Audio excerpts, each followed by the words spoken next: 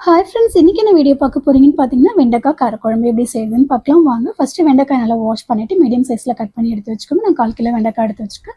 Stove on பண்ணி கடாயை வச்சுட்டு வெறும் கடாய் நல்லா ஹீட் ஆனதுக்கப்புறமா வெண்டைக்காய் இதில் போட்டு நல்லா ஒரு 5 நிமிஷத்துக்கு லோ ஃப்ளேமில் வச்சு வதக்கி எடுத்து வச்சுருங்க. எப்பவுமே வெண்டைக்காய் செய்யும்போது வதக்கிட்டு தான் செய்யணும். வதக்கி எடுத்து வச்சுருங்க. அதுக்கப்புறம் அதே கடாயை நல்லா வாஷ் பண்ணிவிட்டு ஸ்டவ் ஆன் பண்ணி வச்சுட்டு தேவையான ஆயில் ஆட் பண்ணிக்கோங்க. அதுக்கப்புறம் ஆயில் ஹீட் ஆனதுக்கப்புறம் கடுகு, வெந்தயம், இது கூடவே கருவேப்பிலை இதெல்லாம் ஆட் பண்ணி நல்லா பொரிச்சதுக்கப்புறமா ஆனியன் கட் பண்ணி வச்ச ஆனியன் ஆட் பண்ணி அதையும் நல்லா வதக்கி விடுங்க. அது கூடவே ஆனியன் வதங்கிறதுக்கு கூடவே வந்து ஒரு 10 பல்லு பூண்டு தோல் உரிச்சு வச்சுருக்கோம் இல்லையா, அதையும் நம்ம ஆட் பண்ணிடலாம். நல்லா எல்லாமே வதங்கினதுக்கப்புறமா கட் பண்ணி வச்ச தக்காளி ஆட் பண்ணி அதையும் நல்லா வதக்கி விடுங்க. தக்காளி நல்லா பாயில் ஆகணும். நல்லா பாயில் ஆனதுக்கப்புறமா வதக்கி வச்ச அந்த வெண்டைக்காயை எடுத்து அது கூட ஆட் பண்ணி நல்லா வதக்கி விடுங்க. ஒரு 2 மினிட்ஸ் நல்லா வதக்கி விட்டுட்டு அது கூடவே 1/4 ஸ்பூன் மஞ்சள்தூள், ஒரு 2 ஸ்பூன் மிளகாய்த்தூள், 2 ஸ்பூன் தனியாத்தூள், இப்போ தேவையான அளவு சால்ட் ஆட் பண்ணி நல்லா அதை மிக்ஸ் பண்ணி விடுங்க.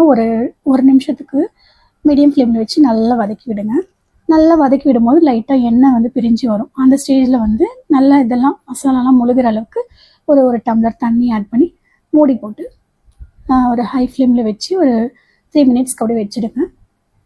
அப்புறம் அதுக்கப்புறம் ஓப்பன் பண்ணி பார்த்தீங்கன்னா வெண்டைக்காய் வந்து நல்லா பாயில் ஆகிருக்கான்னு பார்த்துட்டு புளி ஊற்றணும். புளி நல்லா கரைச்சி வச்சுக்கோங்க. ஒரு மீடியம் சைஸ், அதாவது ரொம்ப குட்டி எலுமிச்சப்பழ சைஸில் புளி ஊற வச்சு நல்லா வடிகட்டி எடுத்து வச்சுக்கோங்க. இப்போ புளி ஆட் பண்ணிடலாம். புளி ஆட் பண்ணி ஸ்டவ் வந்து ஹை ஃப்ளேமில் வச்சு மூடி போட்டு மூடி வச்சிடலாம். வச்சு நல்லா கொதிச்சதுக்கப்புறமா கொஞ்சம் நல்லா தண்ணிலாம் கொஞ்சம் வற்றினதுக்கப்புறமா ஓப்பன் பண்ணி பாருங்கள். இதுக்கப்புறம் நம்ம இது கூட தேங்காயும் ஆட் பண்ண போகிறோம். 2 தேங்காய் பற்றிய நல்லா நைஸாக அரைச்சி நம்ம இறக்குற ஸ்டேஜில் நல்லா எல்லாமே வந்து பாயிலாக இருக்கும் இல்லையா வெண்டைக்காய் இது எல்லாமே, அப்போ தேங்காய் அரைச்சி வச்சது அது கூட ஆட் பண்ணி கொஞ்சம் மிக்சிலையும் தண்ணி ஊற்றி கழுவி அதையும் ஆட் பண்ணிடலாம். இதுக்கப்புறம் திரும்ப மூடி லோ ஃப்ளேமில் வச்சு ஒரு 5 மினிட்ஸ்க்கு அப்படியே வச்சுட்டு அதுக்கப்புறம் திரும்ப ஓப்பன் பண்ணி பாருங்கள். அவ்வளோதான், சிம்பிளாக ஈஸியான வெண்டைக்காய் காரக்குழம்பு ரெடி ஆகிடும். செம்ம டேஸ்டியாக இருக்கும். ட்ரை பண்ணி பாருங்கள்.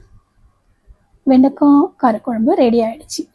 அவ்வளோதாங்க. இது கூட நம்ம பாயில் இல்லை ஆம்லேட் வச்சு சாப்பிட்டா செம்ம சூப்பராக இருக்கும். வீடியோ பிடிச்சதா மறக்காமல் லைக் பண்ணுங்கள். என்னோட சேனலுக்கு சப்ஸ்கிரைப் பண்ணிக்கோங்க. டாடா.